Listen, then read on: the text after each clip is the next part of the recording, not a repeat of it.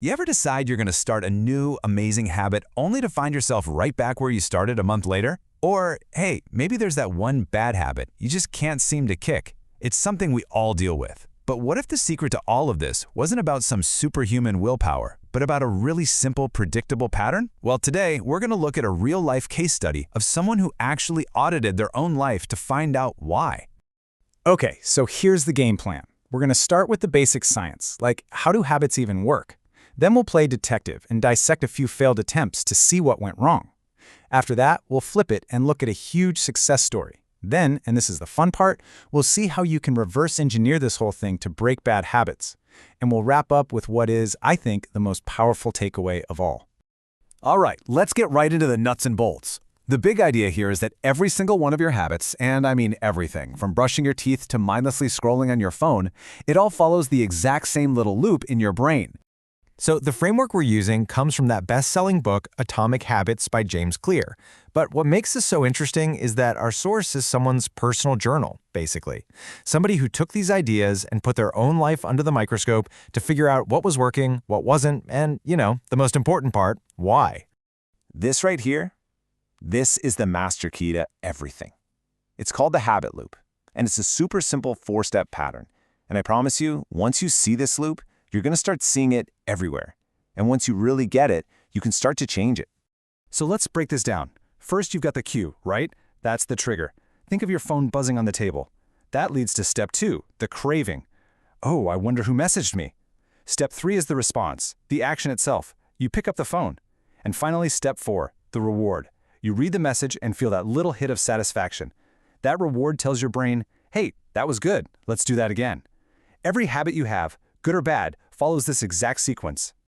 Okay, so with that loop in mind, let's tackle the frustrating part first, the habits we try to build that just totally fall apart. Where does this loop actually break? Let's investigate.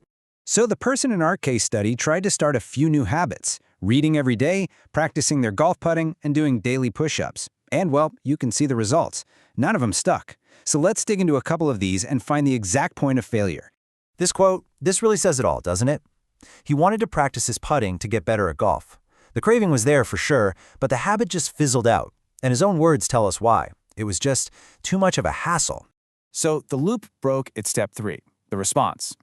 Even that tiny bit of friction, having to get the putting mat out, use it, and then put it away so the dog wouldn't chew on it, that was enough of a wall to stop the habit cold. It wasn't about not wanting it enough. It was about it not being easy enough. Now, the daily reading habit is even more interesting because here, pretty much the whole loop fell apart. The cue was weak, a crazy work schedule meant there was no set time to trigger the habit, then a trip just snapped the chain completely. But, and this is the real kicker, the reward just wasn't there. The books weren't grabbing him, so it felt like a chore, not a treat. His brain had zero reason to want to do it again. All right, enough of the failures. Let's flip the script and look at a habit that didn't just stick, it absolutely thrived.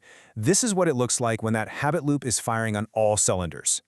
12,000. This number represents our author's single biggest success, walking an average of 12,000 steps every single day. Not for a week, not for a month, but for over 1,000 days straight. So how on earth is that possible when practicing with a putter for 5 minutes was too much of a hassle? Well, here's the secret weapon. The cue wasn't some notification on his phone. It was his dog. An adorable, incredibly persistent, and frankly, non-negotiable trigger that demanded a walk every single day, no excuses. That's what a powerful cue looks like. So let's run this one through the 4 steps. The cue? You can't ignore it. The craving? A very clear desire for better health. The response? So easy. Unlike that putter mat, you just throw on some shoes and walk out the door. And the reward? It was massive. Better health, actual improvements in his golf game, and of course, the simple joy of having a happy dog. Every single part of this loop made the next part stronger, making the habit pretty much automatic. So, now that we know how to build a habit, we can use that exact same logic, but in reverse, to break one. It's really just about finding the weakest link in that chain and snap. Our author went after 2 big ones, a nightly snacking habit, we're talking chips and soda, and a daily video game habit that he'd had for over 1,000 days. And yeah, he successfully broke them both. Okay, first, let's map out that snacking loop. It's a classic, right? The cue was just seeing the snacks on the kitchen counter. That triggered a little craving, which led to the response of eating them, which gave him that immediate, satisfying reward. A perfect, if, unhealthy, habit loop. So how did he break it? It was actually kind of beautiful in its simplicity. He just inverted the first rule of habit formation. Instead of making the cue obvious, like the dog, he made it invisible. He just stopped buying snacks. By completely getting rid of the cue, the whole loop just short-circuited. No snacks to see, no craving to act on. Game over. Breaking that 1,000-day gaming habit was a little more complex. It actually started by accident, when a game update, the cue, got disrupted. But the bigger deal was that the reward just didn't feel good anymore. He said it felt like just zeros and ones, and that nothing remained from it. Meanwhile, his new walking habit was giving him a much better real-world reward. The old gaming habit just couldn't compete anymore, which made it way easier to finally decide to quit. And this all builds to the final and honestly the most powerful idea from this whole experiment. It's not about making some huge, dramatic life change. It's about something much, much smaller. Check out this incredible bit of math from the book. If you can get just 1% better at something each day, at the end of the year, you're not just 365% better. No, because of compounding, you'll be nearly 37 times better.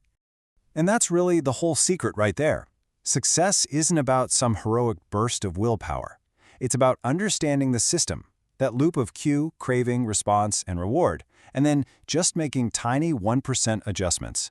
Make the cues for your good habits super obvious. Make the actions easy. Make the rewards satisfying. And for bad habits, just do the exact opposite. So it all boils down to this one question for you. Don't think about, I'm going to run a marathon tomorrow, or I'm quitting junk food forever.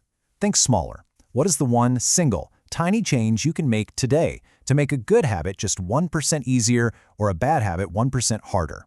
Because that, right there, that's where the real change begins.